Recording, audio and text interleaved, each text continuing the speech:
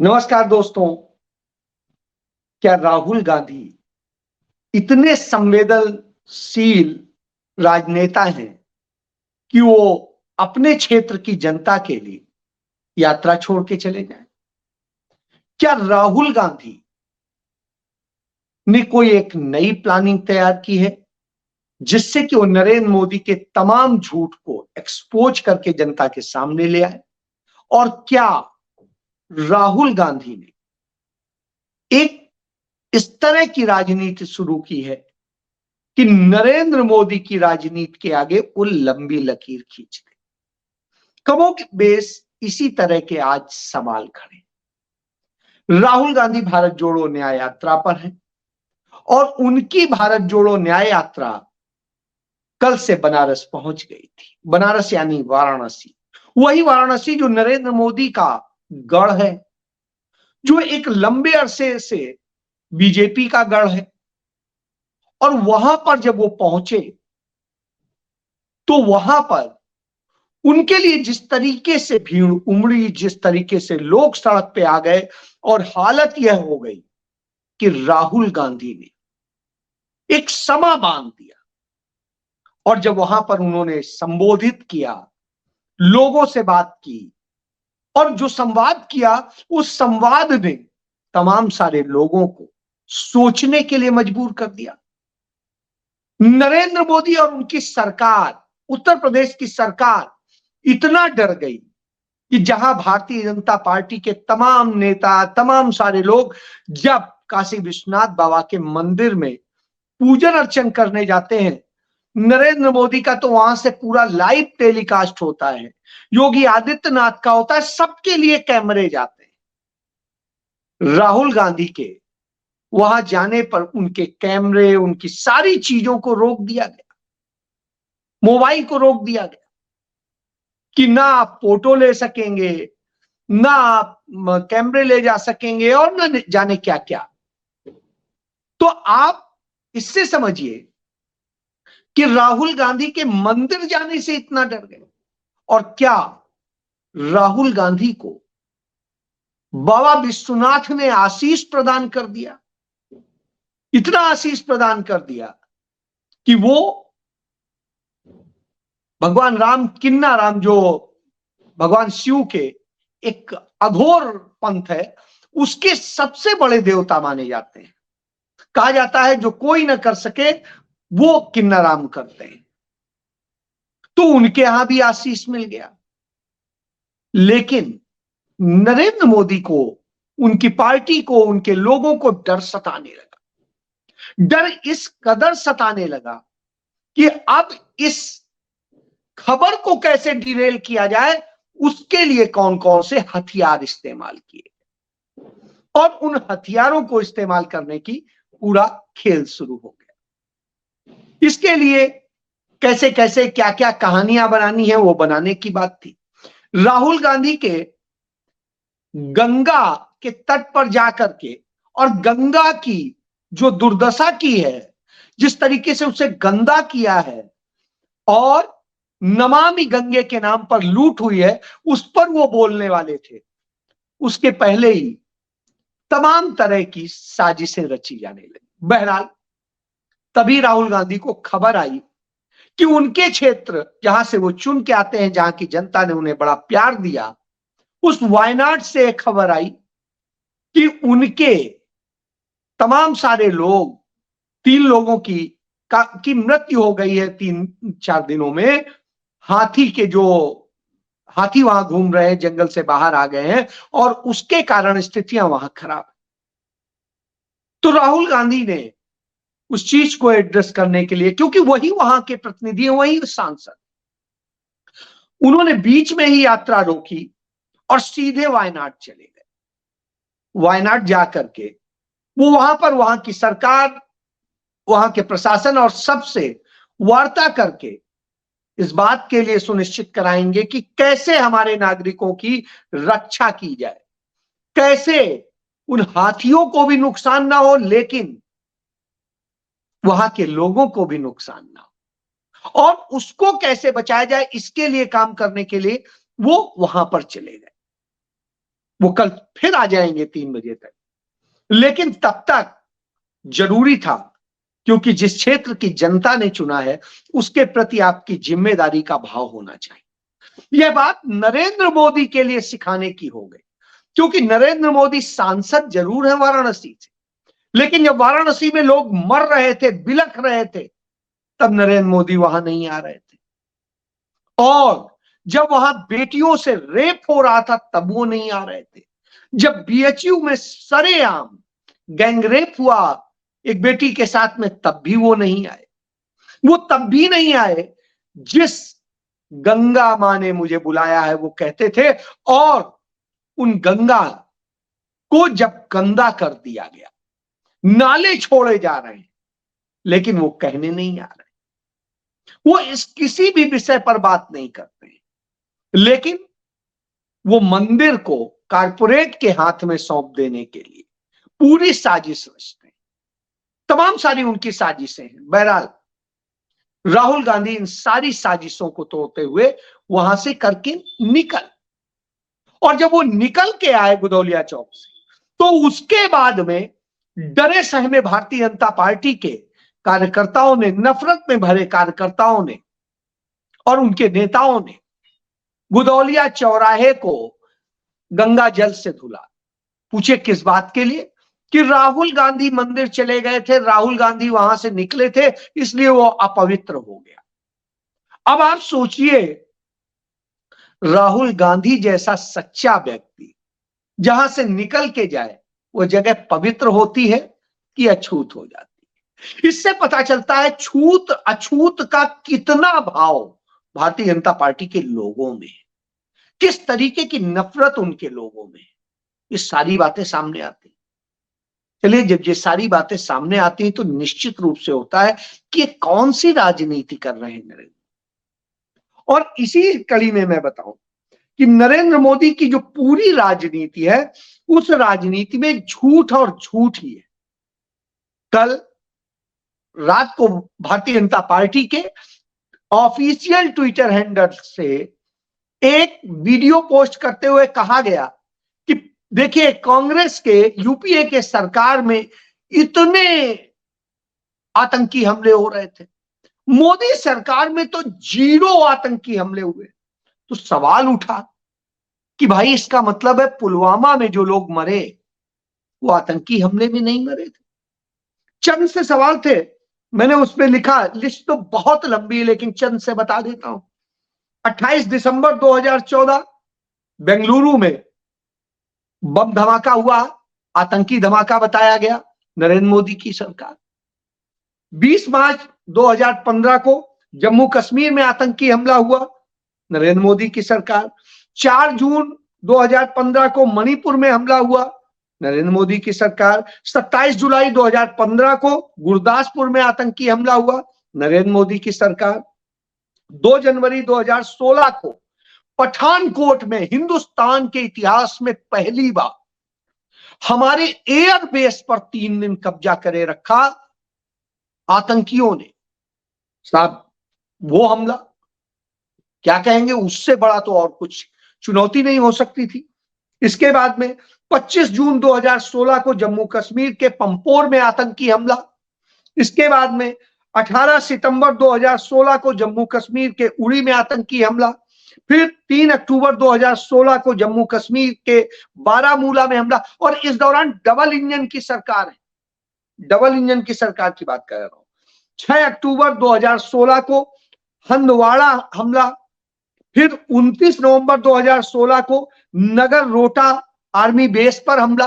फिर देखिए, एक एयरबेस पर, फिर एक आर्मी बेस पर, और ये सब डबल इंजन की सरकारें, चाहे पंजाब के हो और चाहे जम्मू कश्मीर का हो, चाहे कर्नाटक का हो। फिर 7 मार्च 2017 भोपाल उज्जैन पैसेंजर में जो है आतंकी हमला, ब्लास्ट, बम ब्लास्ट। फिर 24 नवंबर 2017 को सुकामा में नक्सली हमला। इसके बाद में वहां पर भी डबल इंजन की सरकार। 17 जुलाई 2017 अमरनाथ यात्रा पर आतंकी हमला। फिर 5 अगस्त 2017 को कोकराझार में हमला। फिर 10 फरवरी 2018 को संजुआन हमला।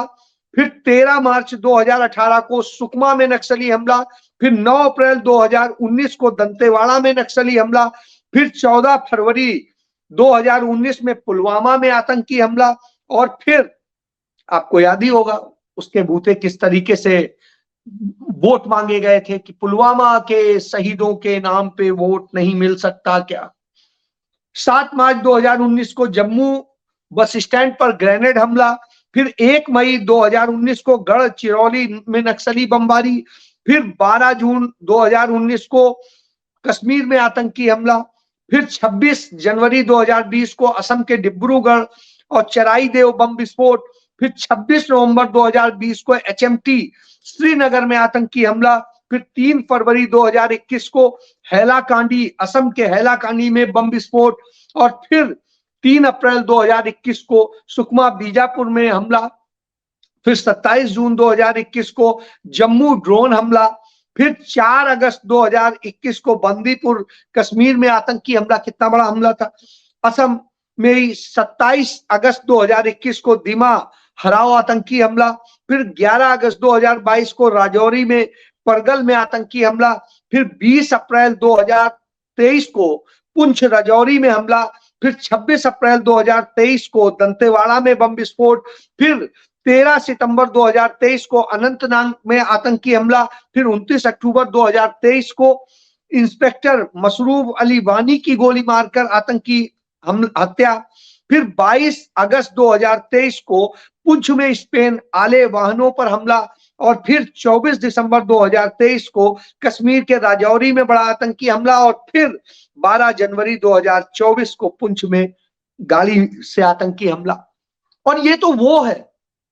और आपको बताता हूं कि सिर्फ एक साल में 2023 की बात करें, और सिर्फ एक साल के 11 महीने में स्थिति ये होती है, 11 महीने में 444 नागरिक आतंकी हमलों में मार दिए जाते हैं, और 350 सैनिक मार दिए जाते हैं, अर्धसैनिक मार दिए जाते हैं, पुलिस के लोग मार दिए जाते हैं।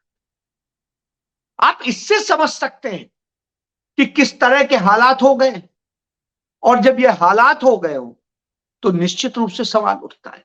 इसके बाद भी बेशर्मी से ऐसे बोलते हैं। लेकिन राहुल गांधी सच बोलते हैं तो बोलते हैं, और जब वो सच बोलते हैं तो नरेंद्र मोदी और उनके लोग डरते हैं। और उसी का नतीजा कि वो कांग्रेस पार्टी और सबको तोड़ने की साजिश रचते हैं। उन्होंने कितने कितने लोग तोड़े, और जो लोग तोड़े उनमें से एक भी ऐसा नहीं था जो पाक साफ व्यक्ति हो।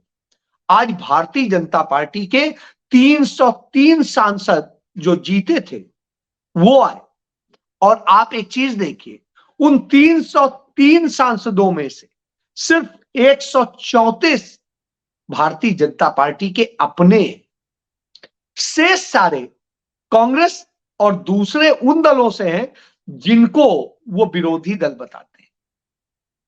उन दलों से आए जिन दलों को वो कहीं परिवारवादी, कहीं कोई वादी, कहीं कोई वादी बताते। और उसमें भी नरेंद्र मोदी के सांसदों की स्थिति यह है कि आज जितने सांसद हैं उनमें करीब 50% कांग्रेस पार्टी से, यानी आधी भारतीय जनता पार्टी कांग्रेस की हो चुकी है।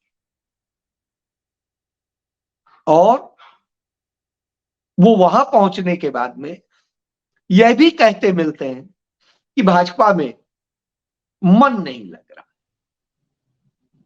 तो कल क्या होने वाला है। बहरहाल लोग इस डर में जरूर रहते हैं कि निश्चित रूप से सत्ता से गए तो ईडी आ जाएगी, सीबीआई आ जाएगी, इनकम टैक्स आ जाएगी, क्योंकि नरेंद्र मोदी सरकार इसी तरीके से करती है।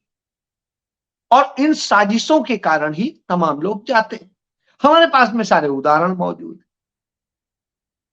तो तमाम सत्ता प्रेमी, तमाम उस तरह के लोग पहुंचते हैं। आप याद करिए कि जब मध्य प्रदेश का चुनाव चल रहा था तो कमलनाथ के और कमलनाथ के करीबियों के यहां छापे पड़ रहे थे, उन्हें भ्रष्ट बताया जा रहा था, और न जाने क्या क्या कहा जा रहा था। लेकिन जैसे ही अब लोकसभा चुनाव आया, भारतीय जनता पार्टी कमलनाथ को अपने यहां समेटने में लग गई और वो लोग जो कमलनाथ को कांग्रेस के लिए पनौती बता रहे थे, आज वो इसे कांग्रेस की बहुत बड़ी हार कह रहे हैं। कमलनाथ जाएंगे, नहीं जाएंगे, क्या करेंगे, कैसे करेंगे, ये सारे सवाल हैं। निश्चित रूप से कमलनाथ इतने सालों से वहां की राजनीति कर रहे हैं, तो उनके क्षेत्र के तो कम से कम विधायक उनके साथ ही होंगे, क्योंकि उनके सहयोग से ही वो भी जीतते हैं और वो भी जीतते हैं। लेकिन एक बड़ी चीज कि कमलनाथ चले जाएंगे तो कांग्रेस को क्या नुकसान? कांग्रेस को इतना ही नुकसान होगा कि अभी जो उस क्षेत्र में चुने हुए सांसद हैं या एमएलएज हैं, वो शायद कांग्रेस का साथ छोड़ देंगे। कांग्रेस वैसे भी वहां सत्ता में नहीं, ये 4, 5, 6, 8, 10 जो भी हैं साथ छोड़ देंगे तो क्या ऐसा हो जाएगा? तब भी मुख्य विपक्षी दल वो रहेगी, तब भी वो लड़ाई लड़ेगी और ज्यादा बेहतर ढंग से लड़ेगी, क्योंकि कमलनाथ के कारण वो तमाम जगह पे नहीं लड़ पा रही, क्योंकि कमलनाथ के तमाम इंटरेस्ट और कमलनाथ की कारपोरेट की दोस्ती भी किसी से छिपी नहीं। तो ऐसी स्थिति में डर किसे लगता है? जिसके मन में चोर होता है। तो यदि चोर चले जाए तो क्या समस्या है? राहुल गांधी यही तो बार बार कहते रहे कि ये जितने डरपोक हैं या जितने भ्रष्ट लोग हैं और ऐसे लोग हैं, ये छोड़ जाए हमें तो हमें बड़ी खुशी होगी और ऐसे लोगों को जाना चाहिए। लेकिन दूसरी तरफ जो लोग लड़ना चाहते हैं, करना चाहते हैं देश के लिए, उन्हें आना चाहिए। और आज इसी का नतीजा था कि राहुल गांधी जब बनारस में थे तो बनारस में अपना दल की नेता एमएलए जो नरेंद्र मोदी सरकार में मंत्री हैं अनुप्रिया पटेल, उनकी बहन आज राहुल गांधी के साथ थी और वो बोली कि राहुल गांधी जो लड़ाई लड़ रहे हैं मैं उनके साथ हूं हर वक्त। अब आप बताइए ना, बड़ी बात। और ऐसे लोग यदि आएंगे तब कांग्रेस खड़ी होगी, तब लड़ेगी, क्योंकि कांग्रेस असलियत में लड़ उसी के लिए। और कमलनाथ पहले ही अपने साले उनके जो सहारनपुर से विधायक रहे हैं बीजेपी के, भारतीय जनता पार्टी के, वो तो भारतीय जनता पार्टी के हैं, उनके साले के बेटे रंजन लखनपाल जो हैं वो भी तो वहां से रहे हैं, सांसद रहे हैं। तो इस तरीके से जब आप देखेंगे कि राघव लखनपाल, तो राघव लखनपाल वहां से बीजेपी के सांसद रहे हैं, इस 2019 के चुनाव में हार गए थे और उसके पहले वो कांग्रेस के ही इमरान मसूद से जो है टक्कर दे रहे थे और इमरान मसूद उनसे कुछ वोटों से हारे थे। सेकंड नंबर पे रहे थे इमरान मसूद, और वो इमरान मसूद अब फिर आ चुके हैं कांग्रेस में। नहीं चाहते थे कमलनाथ की वो आए। वहीं दूसरी तरफ और भी बहुत सारी चीजें, तो यानी ससुराल को भी देख लीजिए। और कमलनाथ के पास आज जो भी कुछ है कैसे, वो कानपुर के एक छोटे से इलाके में पैदा हुए, जहां पैदा हुए उनके पिताजी जो काम करते थे, ठीक है वो मतलब संपन्न घर के थे लेकिन मिडिल क्लास के थे, आज उनके पास अपना चार्टर्ड प्लेन है और न जाने क्या क्या है। निश्चित रूप से उन्होंने बिजनेस किया है, उससे तमाम चीजें आई, मैं उन्हें गलत नहीं कहता हूं, लेकिन वो पूंजीपतियों के ज्यादा करीबी है और जितने पूंजीपतियों के करीबी हैं वही तो भागते हैं। आप देखिए ज्योतिरादित्य सिंधिया, आप देखिए मुरली देवड़ा के बेटे मिलिंद देवड़ा, इसी तरीके से और भी तमाम सारे लोग। और अभी आपने देखा जो पूर्व मुख्यमंत्री हैं कांग्रेस पार्टी के थे, तो वो अब भाजपा में राज्यसभा सदस्य के कैंडिडेट हैं, अशोक चौहान। तो इस तरह की स्थितियां, तो ऐसे लोग यदि जाते हैं तो राहुल गांधी को क्या नुकसान। राहुल गांधी तो तब से ही चाहते थे कि कमलनाथ छोड़े 2019 से, जब उन्होंने किस तरीके से काम नहीं किया था और उनके मुख्यमंत्री रहते हुए कांग्रेस पार्टी वहां से बुरी तरह से हारी थी और सिर्फ कमलनाथ की एक सीट बची थी जो उनके बेटे हैं नकुलनाथ, उसके अलावा सारी हार गई। तो यह बताता है कि इन सब के जाने से कांग्रेस को नुकसान नहीं होने वाला, बल्कि राहुल गांधी की अपनी टीम स्वतंत्रता से काम कर सकेगी, इसलिए कि राहुल गांधी की वह रणनीति है जिसके तहत वो नरेंद्र मोदी को पटकनी देने के लिए उस टीम के साथ काम करना चाहते हैं जो लड़ने को तैयार है और लड़ना चाहती है। यही नरेंद्र मोदी को डरा रहा है और इसलिए वो उनके राह को गंगा जल से धुलवा रहे हैं। जय